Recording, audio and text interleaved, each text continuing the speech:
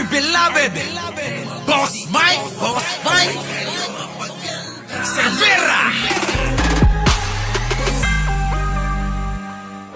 Isang political analyst po ang nagsabi. Kaya wag ho kayong mga kababayan, wag ho kayo na basta-basta maniwala sa mga ito. Oo, dun ho tayo sa may magandang mga pananaw at mga katwiran ang dapat natin pinakikinggan. Eto na mga kababayan, pasok! Ito magbago ang komposisyon ng Senado na magsisilbing impeachment court na lilitis kay Vice President Sara Duterte. Ang posibleng epekto niyan sa impeachment trial sa pagsaksi ni Maki Pulido.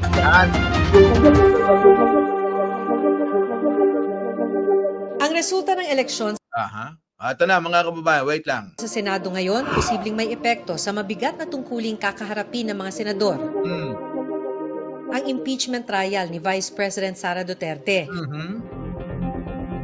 24 ang magsisilbing senator judges at kailangan ng 2/3 na boto para makonvict ang nasasakdal. 2/3 mga kababayan. Ang dapat po ay makakuha po ang prosecution ng 16 na boto na magkukonvict po kay Sara Duterte, mga kababayan. So, kailangan makuha po yung 16 na yan. Di po ba? Sige, tuloy natin. Ang ibig sabihin rin, 9 na boto lang ang kailangan ni Duterte para maabsuelto. Sa konti lang ho, mga kababayan. 9 na boto po ang kailangan lang po ni Aling Buday para po magpatuloy po siya sa pagiging vice-presidente niya at pagnanakaw niya sa kaban ng bayan, mga kababayan.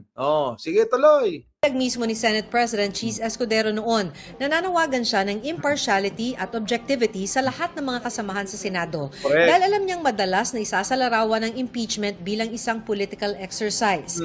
Kung sisilipin ang nabubuong composition ng Senado, anong posibleng maging epekto nito sa paglilitis sa bise? Yan ang magandang tanong, mga kababayan. Di po ba? Ano ang magiging composition nito pagdating dito sa paglilitis kanino? Kay Sara Aling Buday. Eto na, political analyst. Pasok! Sabi ni Professor Aris Arugay ng UP Diliman, maituturing ng pro-Duterte ang tinatawag na Duterten na sina re-electionist Senators Bongo at Bato de la Rosa at Congressman Rodante Marcoleta. Ganito na rin ang turing ni Arugay kina Senador Amy Marcos at Representative Camille Villar. Dahil kapwa inendorso ni Vice President Sara Duterte ilang linggo bago ang eleksyon, pero bahagi rin sila ng alyansa ng administrasyon na ikinampanya ni Pangulong Bongbong Marcos. Daratnan ng 5 yan ang mga incumbent senators na itinuturing na pro-Duterte, sina Senators Robin Padilla at dating running mate ng dating Pangulong Duterte na si Alan Peter Cayetano. 7 na yon. Kung pag-usapan natin ng impeachment, ang magic number kay Sara Duterte ay 9, di ba? For acquittal. Kapatid ni Cayetano ang re-electionist at pasok sa Magic 12 na si Pia Cayetano, pero tumakbo siya sa slate ng Pangulo. Gayon din si Camille Villar, kapatid ni Senador Mark. It remains... Ayan, mga kababayan, yan nga yung sinasabi ko sa inyo lagi. Mag-like muna kayo dahil magdadalawang-libo na tayo. Kukunti pa lang yung nagla-likes. Mga kababayan, ganito kasi yan. Kung ang pagbabasihan lang natin, bilang ng mga kaalyado, mga kababayan, at hindi na natin na susuriin yung ilalatag na mga ebidensya, mga kababayan, tigilan nyo na yung impeachment trial na yan. Tigilan na natin, magtaasan na lang tayo ng kamay kung sino ang gustong manatili si Sara at kung sino yung ayaw na, di tapos na, mga kababayan.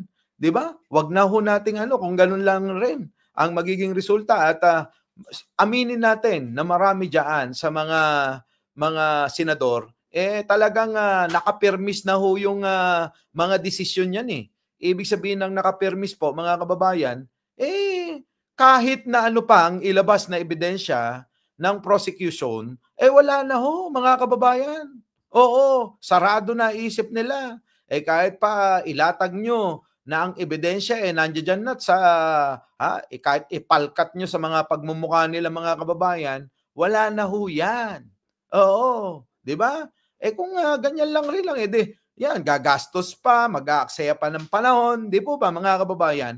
Bakit hindi na lang magtaasan ng kamay? Oo, di ba? Pero eto naman po mga kababayan, ano?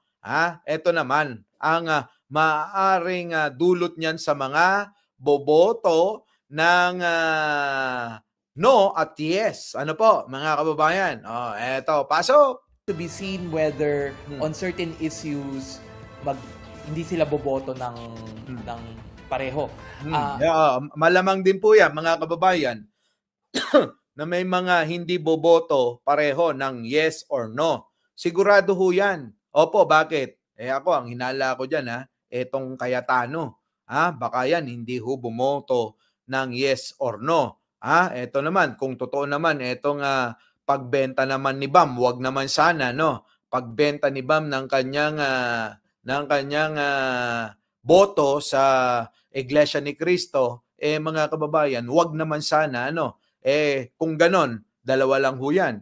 Kung totoo yun, yung mga chismis na eto daw si Bam ay binenta yung kanyang boto sa Iglesia ni Cristo, kaya po siya ay inendorso, mga kababayan, eto yan. Maaaring hindi na rin siya bumoto o maaaring bumoto siya ng no. Di po ba? So yon mga kababayan eto na, tuloy natin. Historically, they tend to, yung mga magkakapatid, lalo na kung full siblings, ito yung impluensya nung dinastiya sa Senado. Yan. Magiging mahalagaan niya sa Administrasyong Marcos na manatiling kakampi nila ang ibang papasok na senador na tumakbo may iba pa sa labas ng alyansa at Duterte. Kabilang ang iba pang may kapatid na senador o kapatid sa gabinete. Yan. Mahirap naman tansyahin ang iba pang tumakbo sa ilalim ng Marcos-Duterte Unit Team noong 2022. Nariyan din si Senador J.V. Ejercito. Sabi ni Arugay, sa sistema naman ng politika sa bansa, wala masyadong timbang kahit magkasama sa partido o sa alyansa. Mas kakalkulahin nila. Yan. Mga kababayan, pakinggan nyo to. Mas kakalkulahin nila kung ano yung pulso ng taong bayan, mga kababayan. Tuloy. Suporta sa kahit anong inisyatibo, polisiya ng Marcos administration, mas titimbangin nila, what will I gain? At if this is costly para sa akin, kung madedehado ako dito, kakayanin ba ng reputasyon ko? Lalo na, bala kong tumakbo ulit sa 2028? Yan. Kabilang sa iisip. So mga kababayan, depende pa rin yan sa mga nagpaplano pa rin na tumakbo sa susunod na halalan. Kung yung iba mga kababayan, ang mangyayari, tulad niyan, halimbawa, si Tulfo. Ano po? Kung ako, halimbawa si Tulfo, naghahangad ako na tumakbo bilang Pangulo sa 2028, sigurado mga kababayan, ikukonvict ko yan. Di po ba? At syempre, depende pa rin mga kababayan, saan? Sa mailalabas na ebidensya. Bagkat mga kababayan, eto, ang problema pa. No, titingnan ng taong bayan kung ano yung mga ebidensya na ilalabas at doon magpapasya. Hindi lang ho yung mga senador ang magpapasya, mga kababayan, kahit tayong mamamayan. Ano po? Magpapasya rin tayo kung ano yung mga ilalabas na ebidensya ng prosecution. Dito saan? Sa gaganapin na impeachment trial kay Sara. Di po ba? Abay, tayo, magdi-decide din tayo. Tayo rin ho, mga kababayan, hahatol din tayo. Hindi ho lang yung yung mga senador, mga kababayan. Bakit kanyo? Eto yan. Kapag ka nararamdaman ng mga senador, alam nyo naman yan, mga may pansariling interest dyan, kahit pa ho yan, mga kababayan, ay mga solid na Duterte supporters, mga kababayan, maaari hong magbago. Bakit kanyo mga kababayan? Sinabi nga ni Bongo, depende yan kung ano yung ilalabas na ebidensya ng prosecution at doon ako magbabase. Mga kababayan. So, maganda hong katwiran ho yung ganon, na hindi ka magbabase doon dahil kalyado, kaibigan, kahit na mali, ay susuportahan pa rin. Di po ba, mga kababayan? Meron hong ganon na kahit na mali na, sige pa rin sila. Sino ang aasahan nyo dyan? Si Bato. Matigas ang ulo nun, parang bato mga kababayan So kahit na ho, ano nang ipakita ninyo na ebidensya kay Bato, mga kababayan, boboto yan ng no. Opo. Oo, ayaw niya na ma-impeach si Sara. Ganun po yan. At isa pa, mga kababayan, yung mga depende pa rin yan sa mga nandiyaang mga nakaupo ngayon na 24 na senador. Ano? Kung ito ba'y mga napagbigyan sa mga kahilingan o may mga tampo sa gobyerno, yan mga kababayan. So diyan din nila idadaan. Oo, diyan nila idadaan yung kanilang let's say sabihin na natin na pagganti na lang ano. Oh, ngayon isa pa mga kababayan, ang mga senador na alam niyo yun, maninimbang o may senador na, sige, boboto ko, pero gusto ko neto. Boboto ko ng yes, pero gusto ko neto. Yung mga kababayan, huwag niyong alisin yung mga ganong mga senaryo. Kaya alam niyo mga kababayan, sabi ko nga, ang taong bayan lang ang matino na maghahatol kay Sara. Dito ho sa mga senador, abay mga kababayan, wala tayong kasiguraduhan eh. Pero kung susundin nila yung kanilang konsensya, yung kanilang talagang mandato, mandato at konsensya ang susundin nila. Aba mga kababayan, ay sigurado sigurado na makukunbik po si Sara sa bigat po ng mga ebidensya. Eto pa, mga kababayan, etong si Chel Jokno, na minsan binalahura rin ni Digong. Tanggalin ko lang mga kababayan. Minsan hong binalahura ni Digong. Ano sabi ni Digong? Kaya ikaw, Chel Jokno, di ka nananalo kasi ang laki ng ngipin mo. Mga kababayan, ininsulto, pinersonal, mga kababayan. Ganun naman talaga ang style ng mga DDS mamersonal. Tignan nyo si Sara. Puro pa mersonal yung ginawa niya. Ayun, mga kababayan. Napahiya siya kay Valeriano tsaka kay Chua. Parehas nanalo. Opo, di po ba? Mga kababayan, so eto na. Balikan natin si Chel Jokno. Isa pa, kung etong si Laila de Lima, mga kababayan, ay magiging parte ng prosecution, ang mga kababayan sigurado na sila po mahihirapan na Diyos ko po, na sila no, mga kababayan. Magaling ho di po ba? Magaling po si Laila de Lima, mga kababayan dating Department of Justice Secretarian. Eto pa mga kababayan, syempre magpapakitang gilas yan. Bakit ho kanyo? Baka nakalimutan ng mga kampo ng mga Duterte na itong si Laila de Lima ang nagpakulong ay si Duterte, mga kababayan. At napatunayan, mga kababayan, na itong si Laila de Lima ay tinaniman lang ho ng ebidensya. Di po ba? Ngayon, magpapakitang gila si Laila de Lima.